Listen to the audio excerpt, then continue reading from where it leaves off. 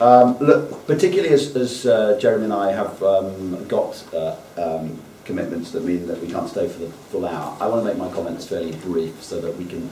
have more of a debating discussion rather than an address. And therefore, there are just 3 points, therefore, that I want to make. The first point is that I think that,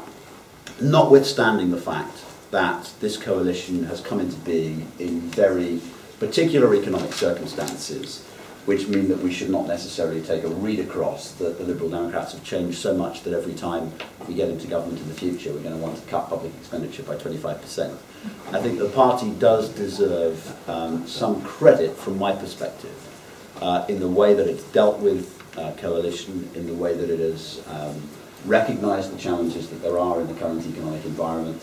and in the way in which it's been willing to accept some really quite tough and difficult and unpopular things that we've had to do, particularly on public spending, also to some extent on tax, but particularly on public spending, which run very much against the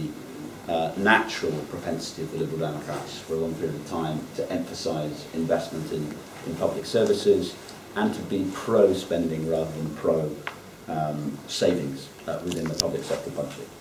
And I think that that is a recognition not only of the circumstances that the coalition faces and that led to the formation of the coalition government, but also of the fact that the Liberal Democrats during the coalition period and in the years running up to it embraced a more economically liberal and credible approach both to economic policy, to public service improvement, and to some of the tough choices which any body in government has to make. The party deserves credit for that. The second point is that I think that it's fair to say that in the first year of the government, and I think Nick Clegg made this point today in the Q&A, we put a great deal of emphasis on showing and demonstrating to people that coalition government, that partnership government could actually work to a sceptical public. And that meant a great deal of discipline in the way we presented coalition policy. It meant a tendency to sort out problems and to apply pressure behind the scenes rather than in front of the scenes. And I think it meant that after the first year, we faced a public which felt that coalition was actually working very well, that partnership between political parties was much easier than they'd expected, but in which they felt that the Liberal Democrat identity in government was diluted too much, that they were not hearing enough from us, that they were worried that the fact that they were not seeing these arguments in public meant that we were not using our power and influence behind the scenes, and that we were not having a distinct enough Liberal Democrat impact on the coalition. I think our challenge in this second year, and going into the third year and the fourth year for that matter, is to make sure that we strike the right balance between demonstrating to people that coalition and partnership government can work, and demonstrating that the Liberal Democrats have a distinct position to offer, that we're willing to say no to things that the Conservative Party may wish to do that run counter to our values or our beliefs about the way government should be conducted. But I think that there is a risk that we have to acknowledge that if we emphasise too much differentiation and swing too much from one extreme in the first year to an extreme in the second or third years, that we are going to look to the public more like an internal opposition that sees its role within government as being simply that of being a brake rather than being an engine.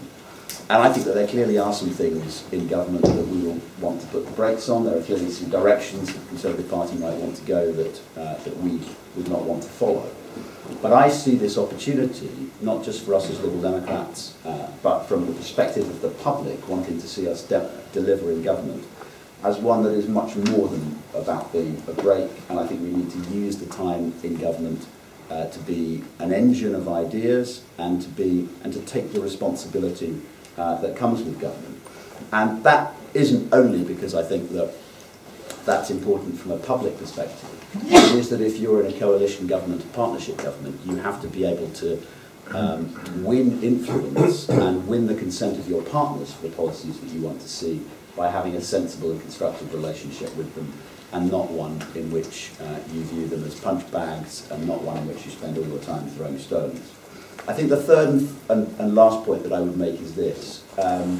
Have the Liberal Democrats changed in the period of the run-up to 2010? Yes, I think we did. Have we changed further and matured further in this first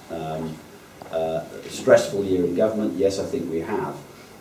Are the changes that we've made in our policy and approach over the last few years going to be sustained in the latter part of the government, and particularly as we go beyond 2015?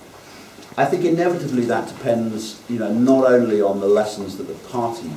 learns from this period of time, not only from our maturing in government,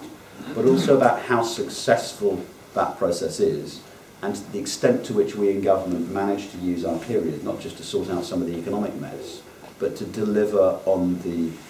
programme of social recovery, greater opportunity in education, reform of welfare, which we're so passionate about.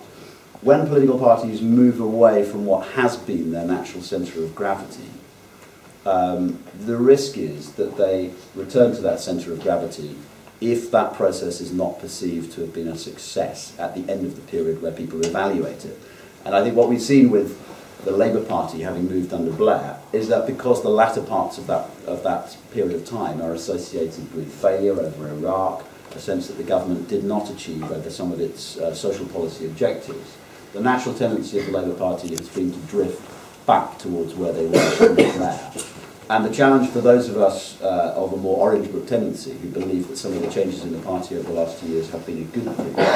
is to demonstrate in government that we are more than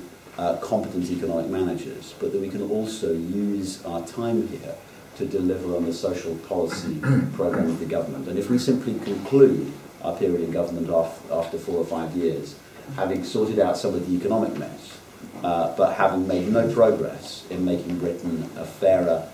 place, a place of greater opportunity, then the tendency in the party will be to regard that period of time either as a failure or as a temporary aberration as a consequence of the election result in 2010 and the economic circumstances of the time, and therefore to pull the party back in the direction of the types of positions on economic policy and on public services that we had prior to both the coalition and perhaps the publication of the Orange Book in 2004. David, thank you very much. I'll go straight on to